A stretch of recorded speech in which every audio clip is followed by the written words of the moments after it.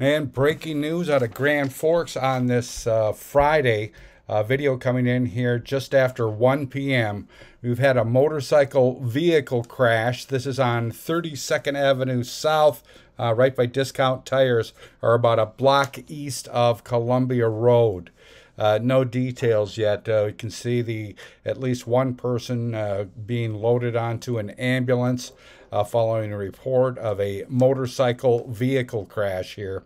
We'll have more details when they're available. I'm Neil Carlson reporting for iNewZ.TV.